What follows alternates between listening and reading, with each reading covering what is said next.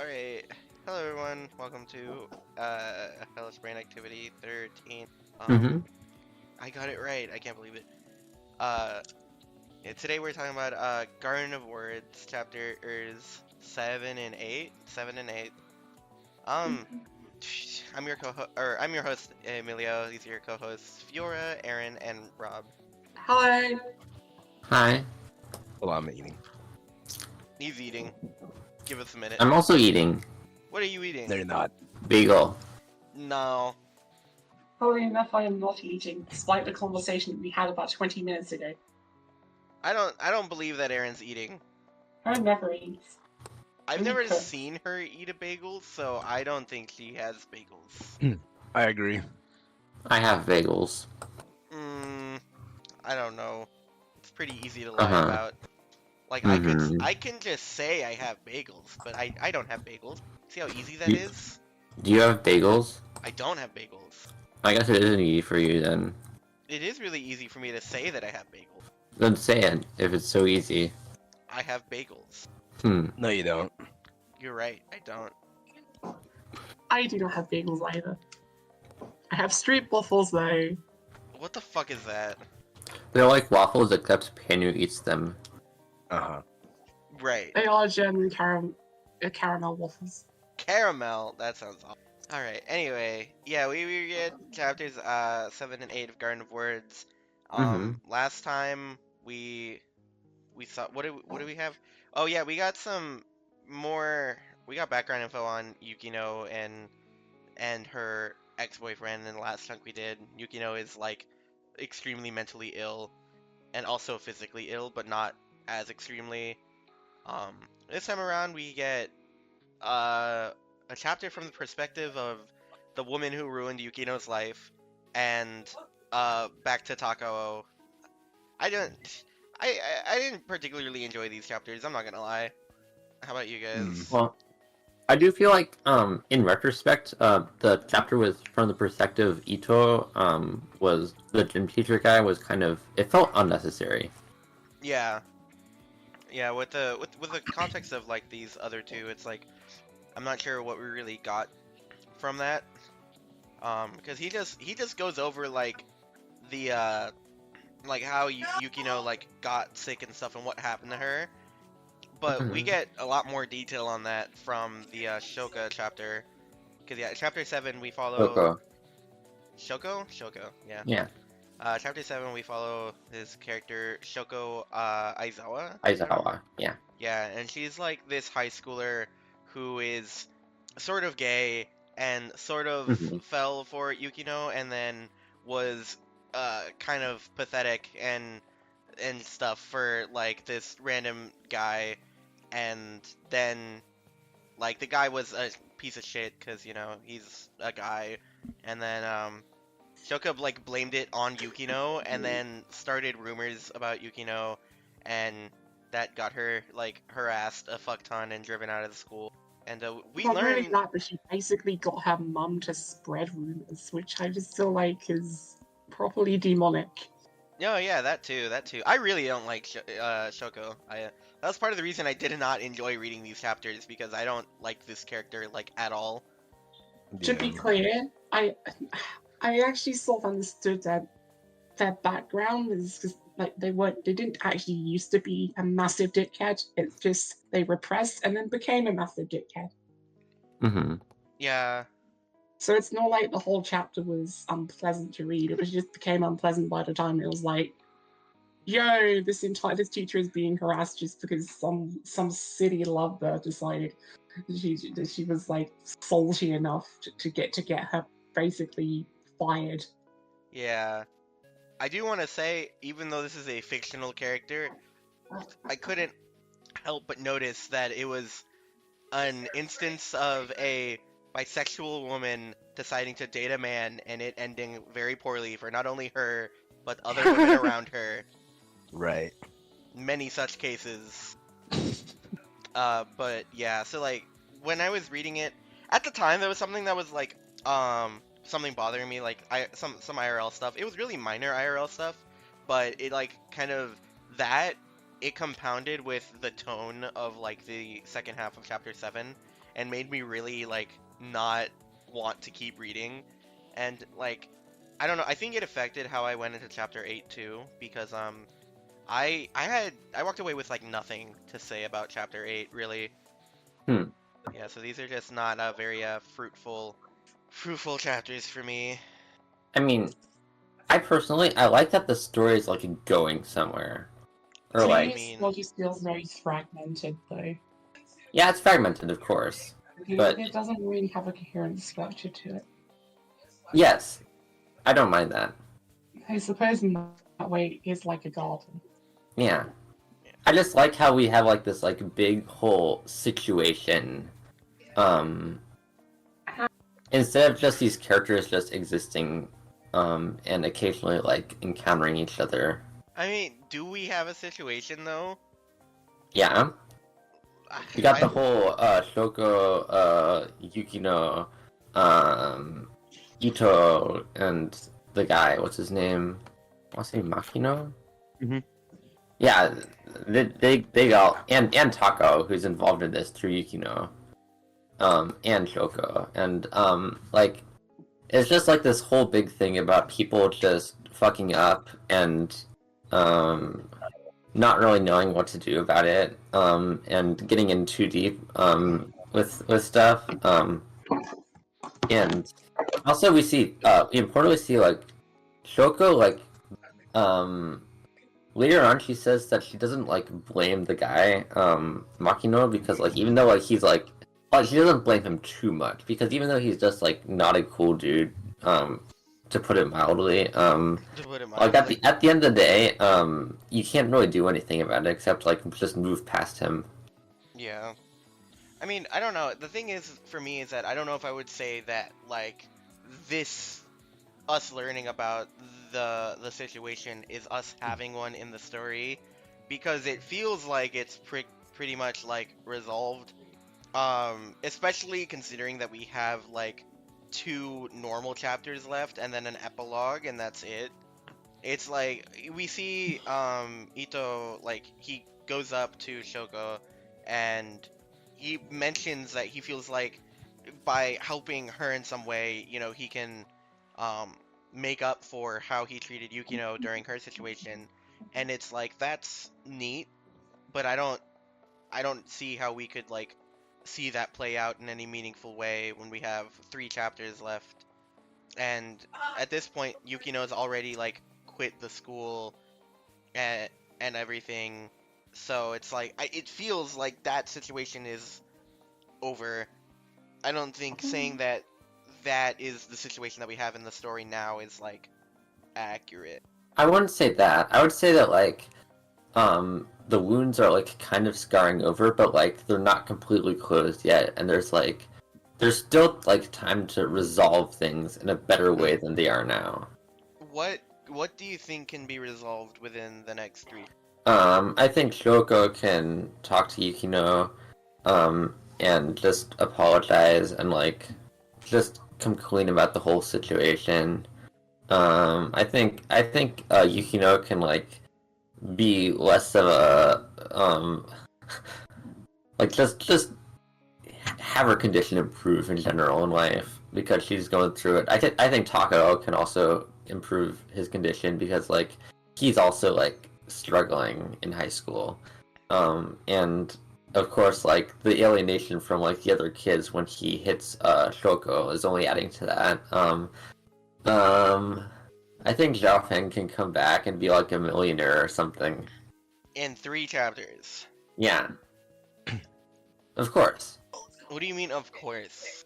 I feel like the chances of any, or not any of that, but like more than one of those things happening in the next 3 chapters is very low.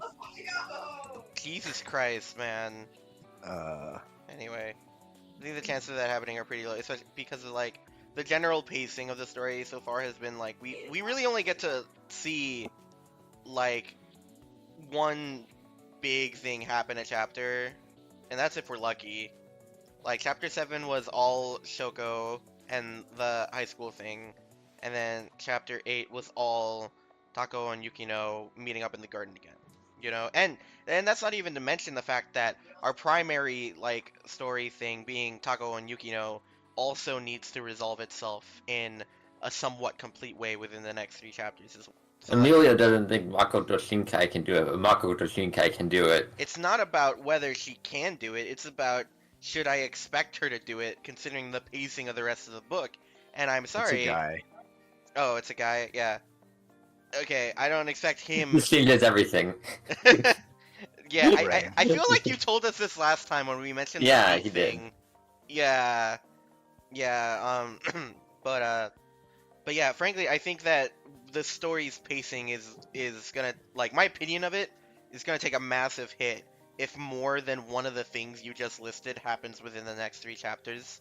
Because I right now cannot see that happening while keeping the pacing like good and also adequately wrapping up the rest of the shit that we have going on. Should I tell you or no? I mean, I guess it's up to you. We're gonna read about it soon because I'm assuming the next chunk we do is just gonna be finishing the book, right? Yeah. Me when the accelerationist People's Party takes control. No, the pacing! No, dude, the pacing's all thrown off! Okay. But yeah, it'd be like pacing has been slowed down for like the past 20 years already. Stop conserving everything. But yeah, it'd be like so like take for example where we are in Lisa right now. I would say the pacing of it has been like very consistent. We get a guy who kills himself every time, and that's how we know that we're like on the right track. Right. But no, like on a serious note, it's like there's always like some sort of info dump or like weird thing that we encounter in a Lisa segment where it's like, okay, this makes sense because last time we played, similar beats like just happened. Because you've been doing a good job of like cutting up this game into chunks for us.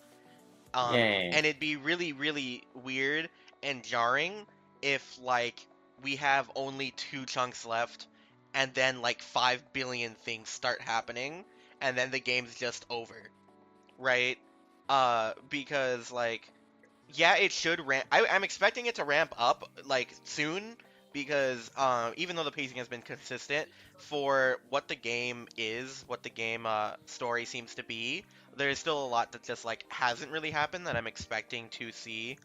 Um, but like that still makes sense considering uh the rest of the pacing, you know. But I would say that the game, my opinion of the pacing would go down a lot if like the next chunk we get like I don't know the entire world turns on us and we save Buddy somehow and we also learn uh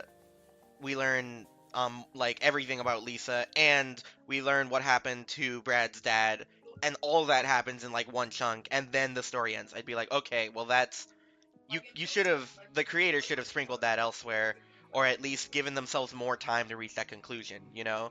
Because it's No, I not want to see it. I want to see it in within an hour. right. Right. And it's I like guess I can kind of see what your point, what you're looking at then. yeah, it's just like it's not about to me whether you can do that because I think what I just described is something that you can make work. Like if I knew that the game was longer and you told me that like all the things I just listed were about to happen in the next segment, and then I will expect that after that we spend a good amount of time like uh dealing with it, I guess, like given time to actually absorb all the shit that happened and see what its consequences are and stuff. But knowing that we have like what 2 more Lisa chunks, right? Mhm. Yeah, if all of that happened in the next one, then I'd be like, okay, I think this is a mistake in paper. Like the creator could have done more with this by giving themselves more time. And so in Garden of Words, it's like it would be cool if all the things you said would happen.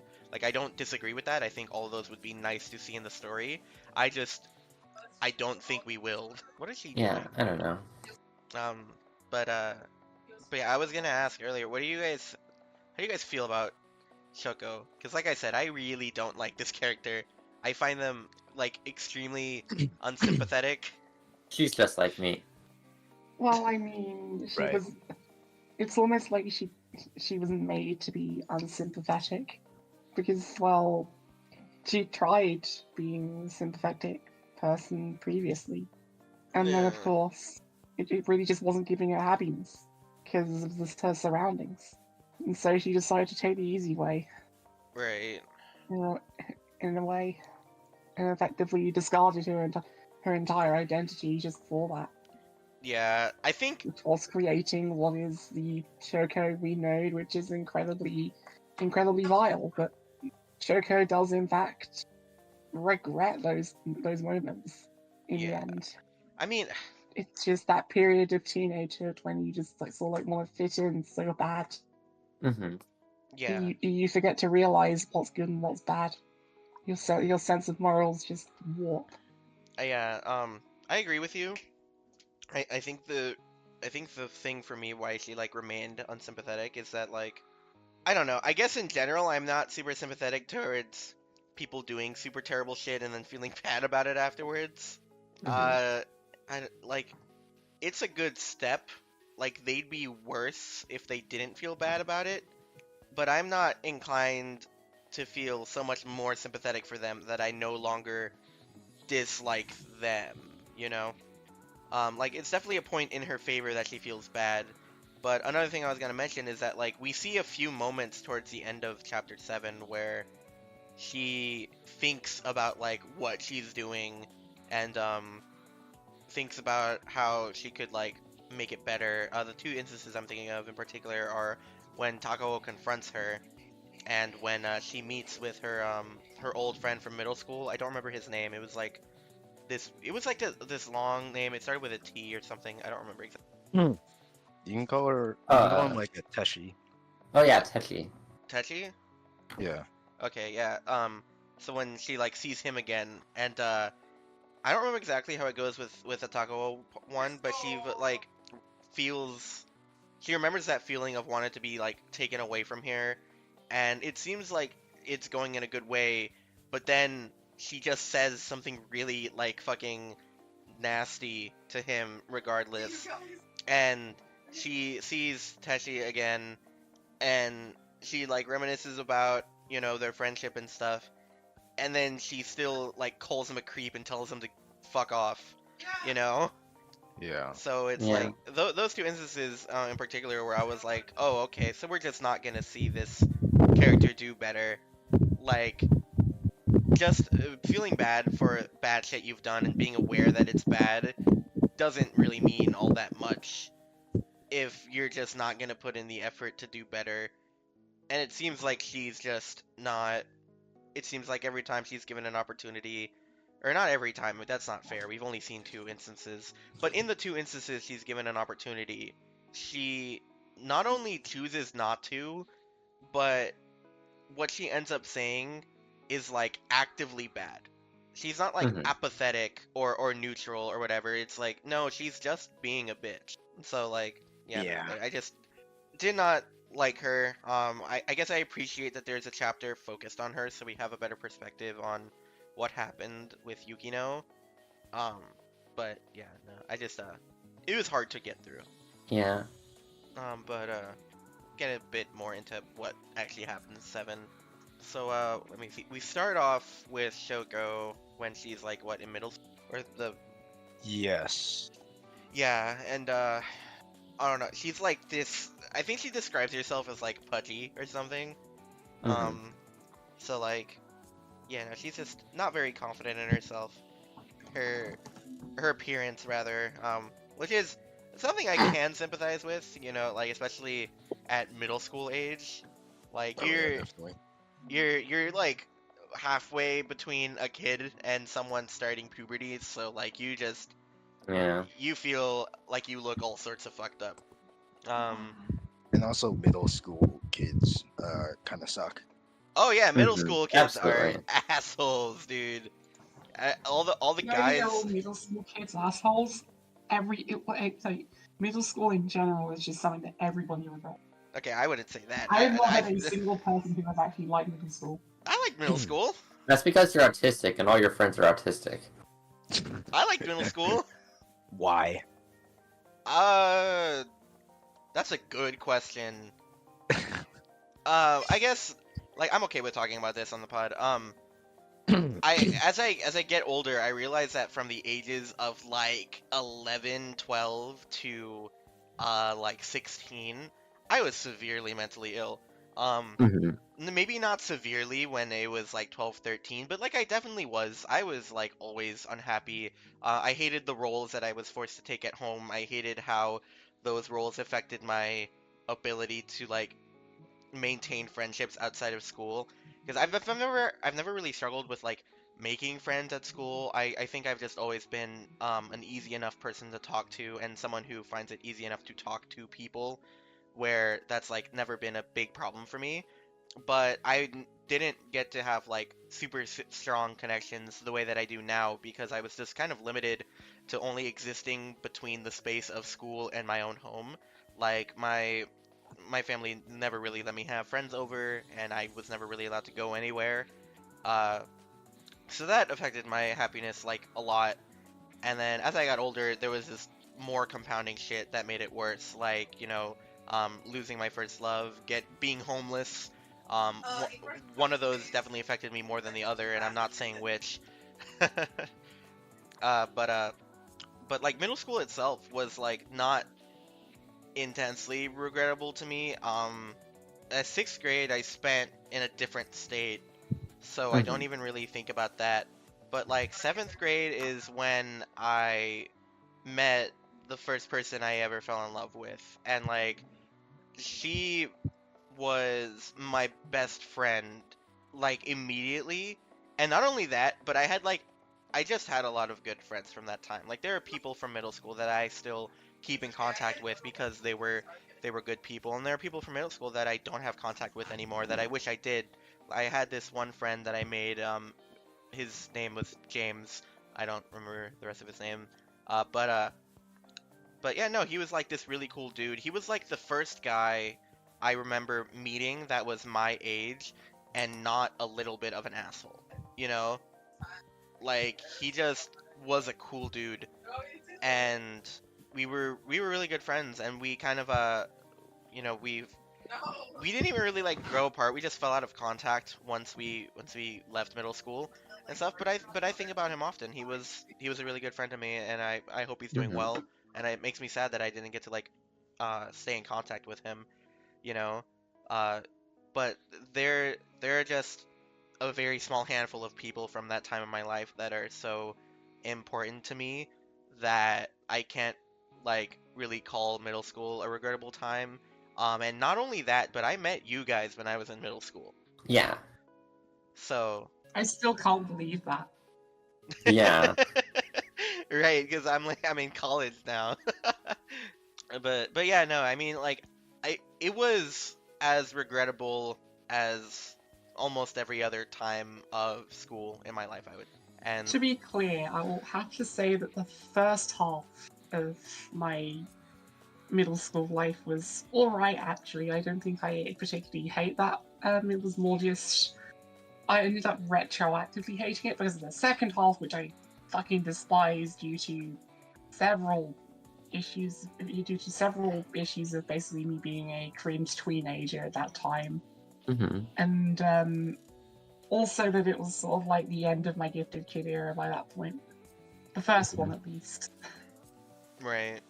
You know what? That actually does bring up a good point. I guess there is one part of middle school that I would say was regrettable, but I just didn't think about it right now because it was like a very short time in my life.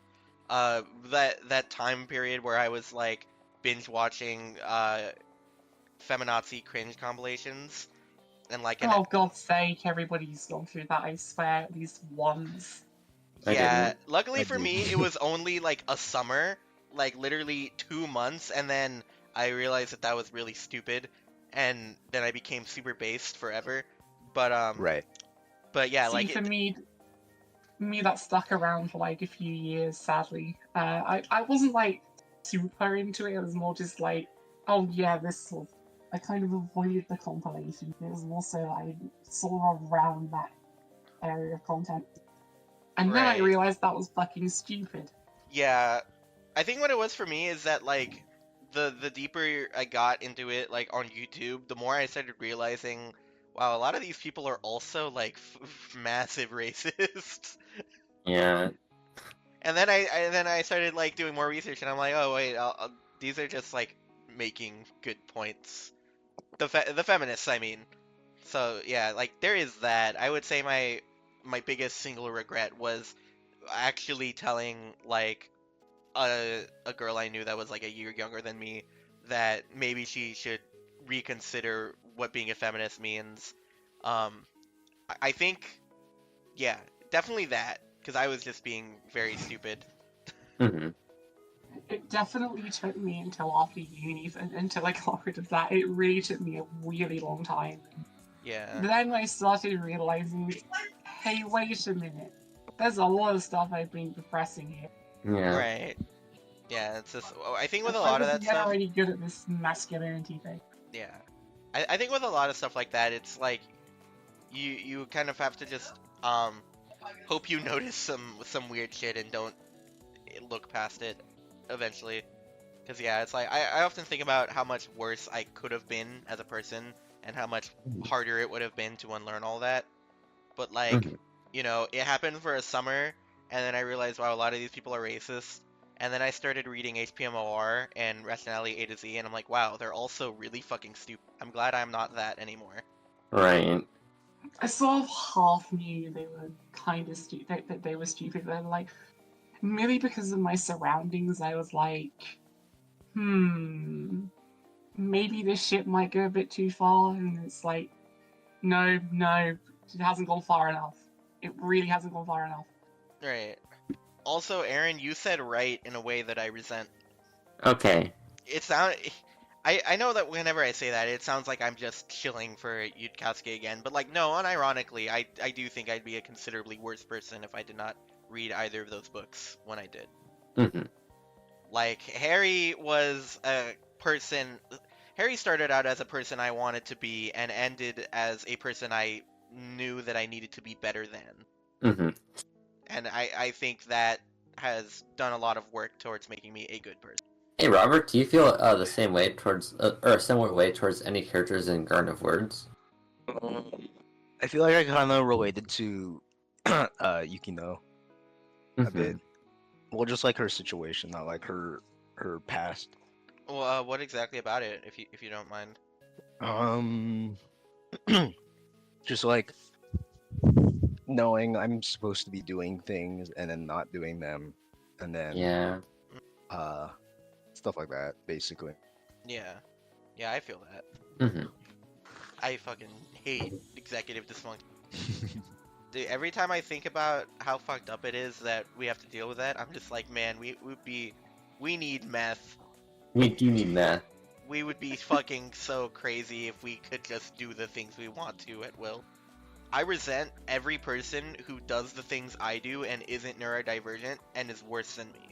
I think they should be trying harder because they can do the things. I can only do the things sometimes. Wow. What do you mean, wow? What are you wowing? I resent the ones who are better than me at things, and are also neurotypical, because I will surpass them. I will transcend them. Right. I find that resenting them is like, okay, I guess either way it's wasted effort, but it makes less sense to me because it's like I would expect them to be better.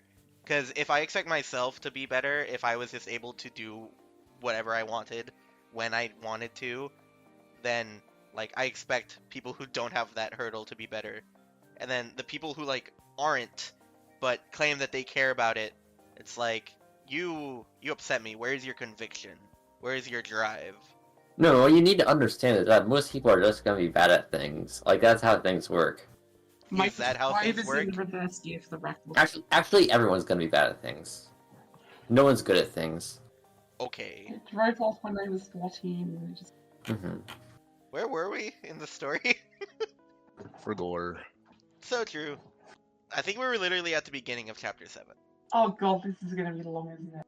It might not be. Like I said, I don't have that much to say about the chapters themselves. So far, the airtime has been filled by us talking about other things. Yeah, but imagine how many tangents we go on. Sure, yeah, I guess.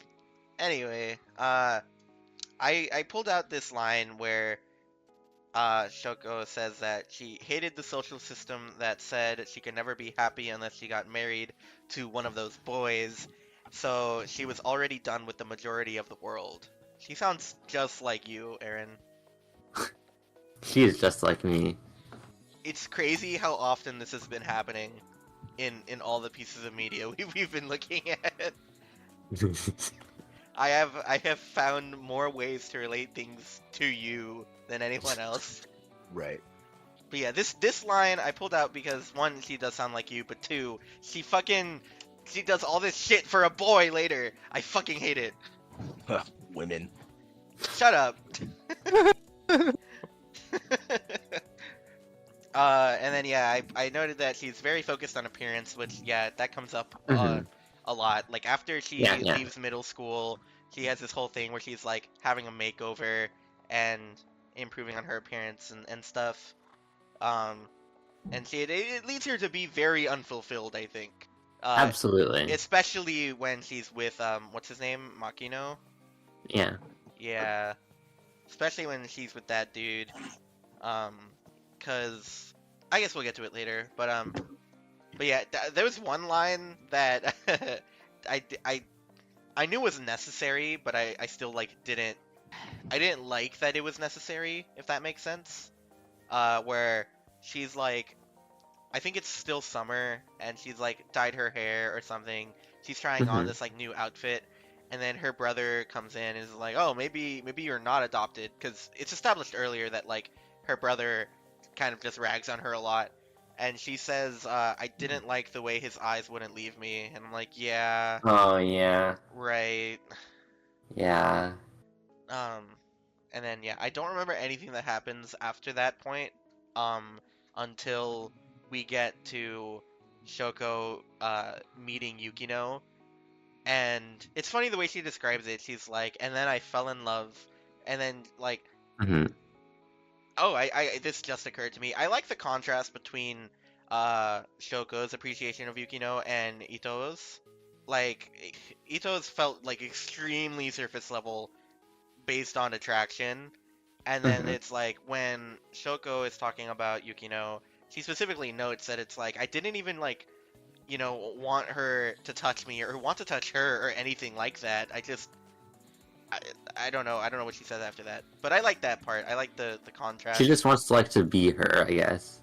I see. I was wondering that because I have a close friend of mine who she said that for a while she didn't realize that she was bisexual because she could never tell if she wanted, like, if she saw a really pretty woman, if she wanted to be that woman or be with the woman. Yeah, that's like the perennial lesbian dilemma. Right. But I mean, I feel like with Shouko, it's just like both. Like, in general, I don't think there is like, I don't think wanting to be someone and wanting to be with someone are like mutually. I mean, I don't know. I think I would say generally you probably want to be. There are parts of anyone you're interested in romantically that you would like to be. It'd be weird if there wasn't. I think that's like a strong foundation for any attraction that isn't just physical. So yeah, like, but for Shouko specifically, like, I definitely think it's like very strongly both because her issues with her appearance, like, and how she perceives herself, like, Yukino is everything she wants to be, but she's also just extremely attracted to Yukino. Like, Shouko is gay as fuck. Which is why it upset me so much when we see, like, what, 5 paragraphs later or something, she's like, and then I fell in love with a boy. I was like, God damn it, this is gonna go south, isn't it? And I was right. Bit straight. Bit straight. Right. But yeah, I don't know. I wonder if the author, because you said the author is a guy, right? Yes. I wonder if a bisexual reading of Shouko is intentional on his part, or whether he wrote it intending it to just be like gender envy, even though it's very, very gay coded. I really hope it's the former. I don't think he's ever done something like that in other works. Well, I mean, Yeah, I don't think so. I'm not saying that if the latter interpretation is the intended one, that it's because of like he explicitly didn't want her to be gay. I think it's just a very common occurrence for straight writers to write a relationship and have a certain like envisioning of it in mind, and then it ends up being very gay coded. It happens a lot, so that's why I was saying like I wonder which one it would be. Um, but yeah, anyway, she talks about how she is obsessed with Yukino, and then she falls for a guy, like literally just sees him on a train station and is like, oh my god, which right, I'm not gonna say anything more about that. Um, but yeah, his name is Makino. He's an asshole. I hate Makino. Mm-hmm. He's a dick on so many levels. He's like, he meets her and is like, I'm kind of selfish with my woman. Is that okay with you? And I'm like, that's a massive red flag immediately. Yeah. But Shouko did not think anything of it. And then like she tries dyeing her hair. I don't remember exactly how she dyed, or maybe no, she tries curling her hair, I think, or straightening it. She does something with her hair, and like in front of all his friends, Makino is just like, "Wow, my girlfriend is so awesome and precious and everything." And then, Mm-hmm. um, in private, he's like, "You weren't kidding when you said you weren't used to this. It's fucking awful. Besides, I think you'd look better with brighter hair." And then she dyes it pink, and he's like, "Wow, this is also fucking terrible. You should dye it back again." And so she does. And then because she Yeah. just dyed her hair like twice, her hair is just fucking not in good condition. Don't fuck with your hair in a short time period like that. You will do awful things. Mm-hmm. And then he's like, "Wow, now your hair is just terrible all around." Yeah. Oh shit. Fiora disconnected and has been sending messages, and they all sent at once. Fiora, you're back. When did you intend to send these messages? We can address them now. What? The things you sent in chat, they all sent at once. Wait. Oh yes. I sent that about a minute ago. Okay, right. Fiora said that. Yeah. I'm sort of trying to think. It's kind of off topic. No, I mean it's fine. We can bounce around. It's a podcast. That's what we do. Because, well, that also entails an entirely different context to sort of like to the bi panic. Mm-hmm. Uh-huh. Because that one, because that one is a trans panic, not a bi panic. Right. All right.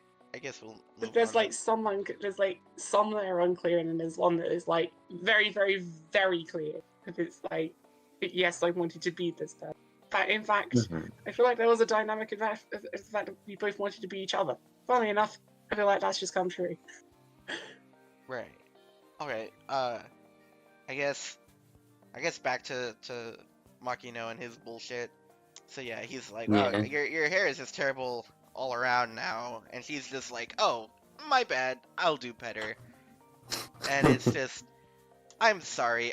I feel like I'm in the wrong for wanting to say what I'm about to say about this, young woman character. But frankly, I think this behavior is pathetic.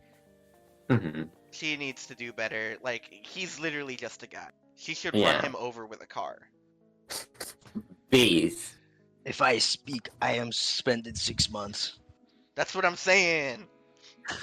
But yeah, no, I was just like, I hate seeing this, even in a fictional context, because I've seen it happen in real life with friends of mine, and it's just the most frustrating thing ever, because you know that these people deserve better, and they can be better to not allow themselves to get, like, sucked in by it, but they just don't, and it's just, it's so hard to watch. Yeah. And then, like, of course, Makino in general is, like, a misogynist. I forget exactly why I put that down in my notes, but he said something that was extremely, like, very misogynist. I don't remember what it was. I never could have guessed. Yeah, I never could have guessed. What a fucking surprise. And then, yeah, he tries hitting on Yukino, because Yukino is the prize everyone wants in this place, I guess. And he's like still with Shouko at this point. You know, Mhm. they're Of course. oh, I remember now. I remember what Makino said that made me put in my notes that he's extremely misogynistic. Uh, he is like they're talking about like his birthday or something, and he just like Oh randomly yeah. he randomly asked her if she's a virgin, and she's like, um, yeah, yeah, is that a problem? And he's like, okay, good. I save it for my birthday. I wouldn't even touch a woman who's been touched by another man. And I'm just like, right, right, okay. So anyway, my prediction for Makino is that Also, it's fucked up that he considers them like having sex at that time to be like a foregone conclusion. oh yeah, that too. Yeah, like this is not something they've discussed about at all up until this Yeah, point. yeah, of course. And like Shoko was not even thinking about it. Like literally, she's so caught off Yeah. guard by this question to begin with that she like starts panicking and shit. Mhm. And yeah, I was gonna say my prediction for Makino in the epilogue is that we're gonna jump like 10 years in the future, and he will be a registered sex offender.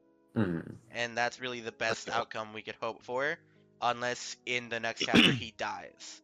That would also be a good outcome. W. W. Fuck this guy. But yeah, back to the Yukino thing. Yeah, he tries hitting on Yukino, and then she obviously rejects him because he's like a minor and also one of her students, and he's generally just a douchebag. Um, Mhm. and Shoko overhears it, and she's just like in insane denial. She's like, "No, he didn't. I misheard. There's nothing going on."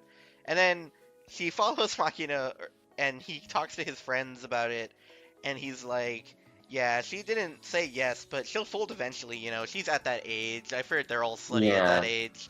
And it's just like, Right. fucking hell, man. All right, and I don't know. The whole thing with Makino that makes me feel bad is that it's one of those things that makes me feel like I should be more sympathetic to Shoko, but I just can't. Like, I've tried. I am Mhm. trying. I just can't. And it's like, she's very clearly, like, a victim here, but she also did a lot of stuff that wasn't exactly behavior that I think is justified under being a victim. Mhm.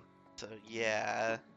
Um, But yeah, Shoko is in denial about the whole thing, and then basically at that point, Makino decides he is done with Shoko, unless it's for sex, of course.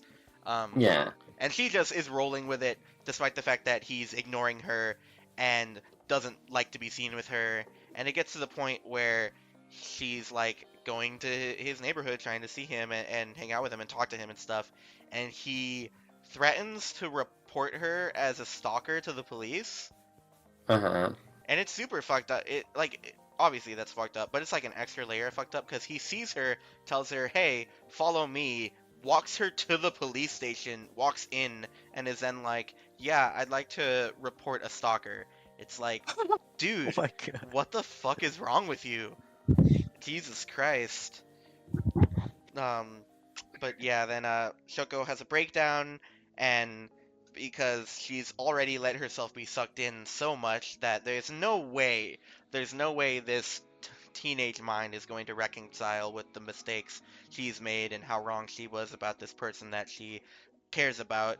She decides that it's Yukino's fault, and then she ruins Yukino's life. Yeah. And I guess it's not as bad as it could be. Shoko did not directly make any claims about Yukino, but just because it was all implicit doesn't mean that it wasn't done. Doesn't mean that she's absolved from responsibility for destroying the mental health of this innocent woman because of a man. Mhm. Yeah. I don't remember exactly when. There's a line in here where she says, "This is what I deserve," and all I remember thinking was like, yeah, yeah, Yeah. I don't know. I don't know what the author's intent with this was, but if there's any chance that we were supposed to feel some sort of sympathy because the character was able to think this is what I deserve, because I just wholeheartedly agree. I think she should have gotten worse. But yeah, that's chapter 7.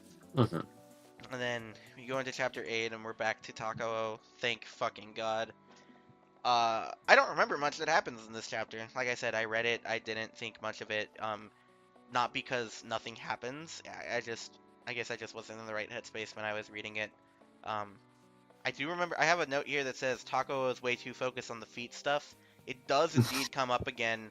He's reminiscing about Yukino, I think, and he's like, "Dang, she's probably with another guy right now. He's probably touching her toenails." I'm just like, dude, dude. Like, I wish I was making that. You know what? Just because it sounds like I'm making that up, I'm gonna try to go find the quote. Hold on. Real. Okay, he says, I'm sitting here like this, and at this very moment she could be with someone I don't know. Maybe he's listening to her sweet, unsteady voice, and enchanted by her hair ringed by a halo of light, and inhaling her scent that seems to go straight to your heart, and maybe gently touching her pale pink toenails. Like, What page is dude, this? Right. this is page 195. Right. I'm just like, dude, you gotta calm down. Like, I know you're a shoemaker, but this is not okay. Yeah. This is not explainable by being a No, shoemaker. I approve of this. Shut He the just has fuck brain up. worms. I'm sorry, I know what it's like to have brainworms over a woman, and I've never had a thought that was like this. It's because you've never had fetishy thoughts like this. That's just not true. I just don't have a foot fetish, like Taco very clearly does. Neither do I, but I can sort of understand it from context. Look, I'm just saying, I think you need to ask some questions about yourself before you speak on this topic more. I am thinking that maybe there is some things you need to figure out a bit. Because, look, I'm very secure about whether or not I have a foot fetish thing. I think that there are definitely women who have pretty feet. As much as I admire any part of a woman, those two can be pretty. I am not explicitly attracted to feet, and I've never had the thought where I'm worried about someone I'm having a crush on hanging out with another guy and the fact that he might be touching her feet. I think you might be coping. Yeah. What? I'm splicing this for the record. Coping over what? Thinking about feet. I'm not so sure. Right, you're not sure because I'm not coping. Okay. I'm only just saying Taco definitely has a foot fetish. I don't know why we're Yeah, trying to pretend he you're not doesn't. coping. What? No, I'm doing a bit when I'm Taco, saying that you have a On foot the other fetish. hand, I don't think Taco was coping about having a foot fetish. I don't think foot fetish is in his vocabulary, but he's not like, he doesn't seem ashamed about these thoughts he's having regarding Yukino's feet. He seems okay with it. Now, what I really want to get into is, does the author have a foot fetish? Yes or no? Place your votes. no. Um, Maybe. Isn't Taco the first character we encounter? Yes, he's the main character. Yes. Only because of that. What? Okay, so we got a yes, a maybe, Aaron. That's my answer. All right, I also vote yes, which means that yes wins, and we voted democratically, so it must be true and real. Right. We are exposing Makoto Shinkai. Makoto Shinkai is cancelled. He likes feet. No way. Wow, don't kink shame. Look, I'm not, but when you write your minor character fantasizing about a grown woman's feet, it's a little weird. Yes, but this is also in Japan, where the age of consent at that time was 13. You sound like a weeb right now. You should never, if you ever utter the words Japan and age of consent in the same sentence in defense of something, you are in the wrong. Right. Is this author in the wrong? Yes. Does he feel it is culturally okay? Probably. Okay. I don't care that he views it as culturally okay. That's completely besides the point to me, but you're right. Good for you. Anyway. Because I don't approve of this either, surprisingly. Anyway, the only two notes I had about chapter 8 was the Taco feet stuff because I thought it was funny, and their meetup in the garden again was cute. Yeah, they both just happened to go to the garden when it's not raining. It's actually quite a sunny day out, and they meet up, and they have cute interactions, and it starts raining, and Taco pulls her to a place where they can be dry and not fast enough that they're not both soaking wet anyway. But it was cute. I liked it. But yeah, that's all I. Yes. Those are the only two things that I took note of in chapter 8. So, Mhm. you guys really got to pull your weight here if we're going to talk about this any longer. Nope, I'm not pulling my weight. I'm sorry. I don't know if that much to know. Yeah, I don't know. It's so weird. Chapter 8 felt like a nice chapter, but it also felt like a nothing chapter. Yeah, I mean, I did like the scene where Taco just hangs out with Yukino. They're just vibing. Yeah. I did like that he recites the poem back at her. That was nice. That's funny. Oh yeah, and I thought it was funny that like I completely forgot that she up until this point has not known his name the whole time. Yeah, yeah, that's awesome, honestly. So like she's just shyly asking what his name is, and he's like, "Oh right, Ah, I disagree. right." Yeah. Yeah, and then we end that chapter on the note where Taco is just like, "This might be the Okay, I found happiest I've something to ever-" note. Oh shit! Yukino steps out of the shower and she's like, and it Oh just my says god! she's barefoot. His ears are burning. Oh no. Damn it! I knew there was one other instance of it in this chapter. I just forgot where. As soon as you said shower, though, I was like, "Oh, right, right." Uh-huh. Yeah, I guess for context, we didn't really explain. So yeah, they both meet up at the garden, and then it rains and it pours, and they go to Tako's home because he lives alone now. Shota moved out, and the mom does not really appear. I guess she appears rarely, is what he says, but still just gone. So they go back to his place. He makes rice omelets. She showers, and yeah, they're just kind of I thought they vibing. went to her place. Did they? They did. Oh, my bad. They That's went so to her smart. place. They went to her place. She showers. They're vibing. She magically had clothes that fit Taco. And yeah, they're vibing. And Taco is just really happy. He says it might be the happiest he's ever been. Yeah, And that was really cute. I like that. yeah, go Taco. Yeah. His life's gonna be ruined in the next chapter. That's my I prediction. love this little guy. this is about to have pacing issues worse than Xenoblade 2. Nuh-uh. Nothing could have Everything- pacing issues worse than Xenoblade 2. No, Everything's gonna be fixed. Seriously, the in- pacing within issues the- in that the game are next actually chapter. kind of bad. what was that, Rob?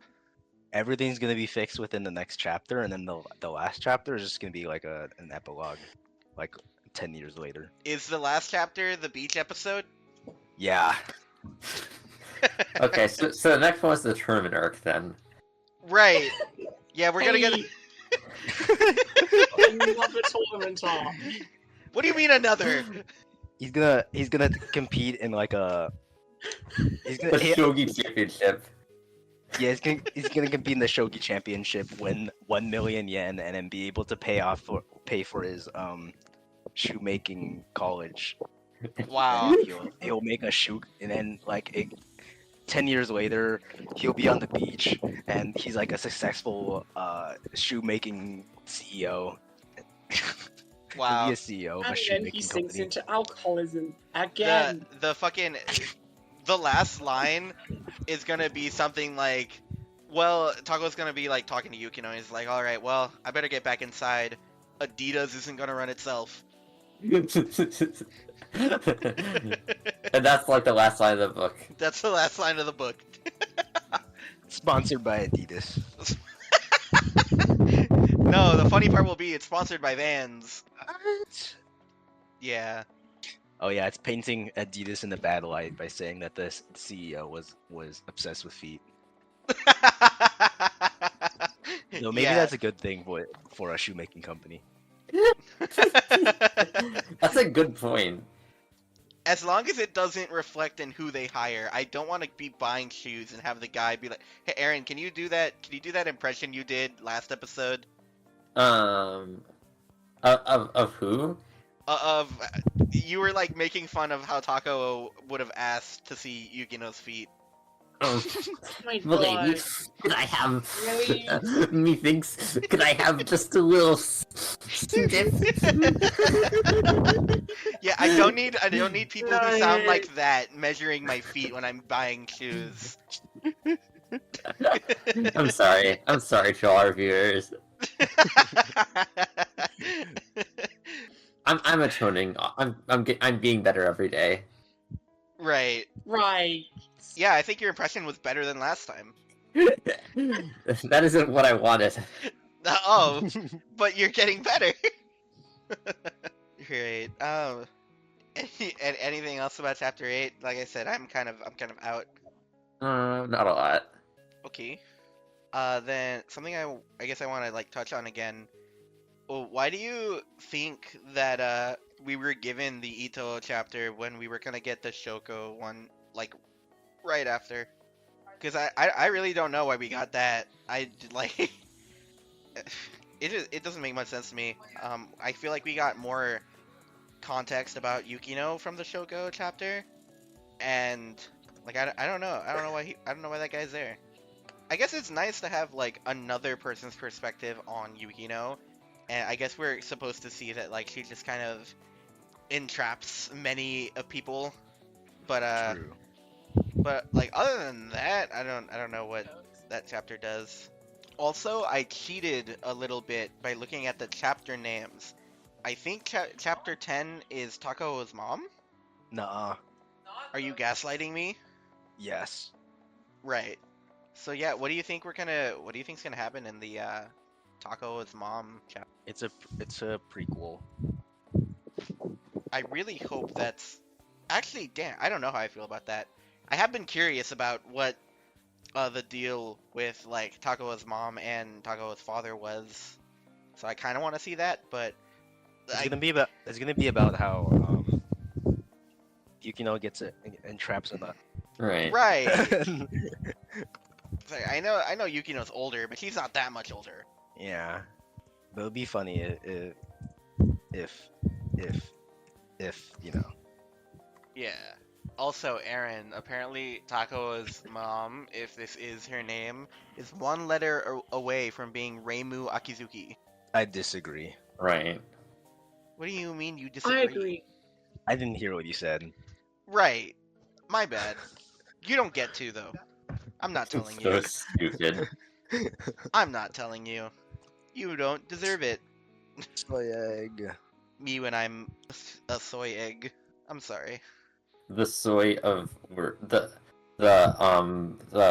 egg of soy. Hold on. Give me some time to think. Okay. The dozen of soy eggs. Okay. Thank you for trying. Alright, well then I think we're done. This is our shortest Garden of Words episode. This Okay. is longer than the Crosscode episode. It might not be. It might edit down to shorter. We're only at an hour 8, and that one was like 38 minutes. Fastest and hardest analysis. Do you think Taco has feet? No. I'm not answering that. It's an interesting thought experiment, you know? No, it's not. Yeah. Anyway, so yeah, I guess we'll wrap up. Next time we'll be finishing Garden of Words, right? Yeah. So that means chapter 9, 10, the epilogue, the afterword.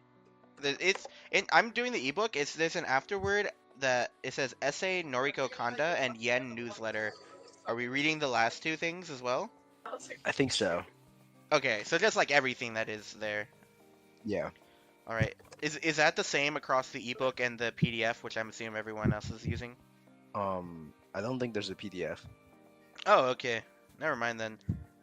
Yeah, I should not have given you guys the PDF option for HPMOR then. What the fuck? Get the ebook, you nerds. Nah. But yeah, we'll be finishing up Garden of Words, which means that we will be. I don't know if we'll be starting something new from Robert immediately, or if we'll just. I could. Yeah, it's up to you. Like I said, if you just want to not do something for a bit, we'll just shift our focus to make more progress on the other three things. I'm not really sure how we'll make that work, but we'll make it work. And then if you do have something new you want to start immediately, then we'll just do that. That's fine. Cool. Also, yeah, at least the painful will be finished in 2 more segments. Also, What do you mean also? That's one segment after we'll be. it doesn't matter. You said also. Well, it doesn't matter. Okay. Yeah. HPMOR will be finished in I think approximately 30 more segments if we're lucky. So, we'll be here for a while. Never mind. I'm not gonna say that. I'm not surprised. How do I count? Yeah, about 20 more segments of HPMOR probably. But yeah, all right. Thank you for joining us. Hopefully, not hopefully, definitely the next Garden of Words segment will be longer since we'll be finishing everything up. But yeah, this one was just short because my bad. Not a lot happened in chapter 8. It was just a cute fluff chapter, which is always nice. It's nice to have that, but it's hard to talk Beach about. episode. Shut up. By the way, actually, no, unironically, the next thing you give us needs to have a beach episode. You've been so insistent about fucking beach episodes and everything else, and Garden of Words doesn't have a fucking beach episode? What the hell, man? Okay, Persona 4 Golden. No! I have to spend more money to do that. Love is in the air? Wrong! Persona 4 Golden. I'd honestly rather play 5, I'm not gonna lie. I was like mildly interested in playing 5 a couple years back. I disagree. You are not interested. Oh, okay. My bad. Alright, say bye everyone. Bye, everyone. Good night. Right. Sorry, I'm working on myself. We're 12 episodes in and you've done that every time.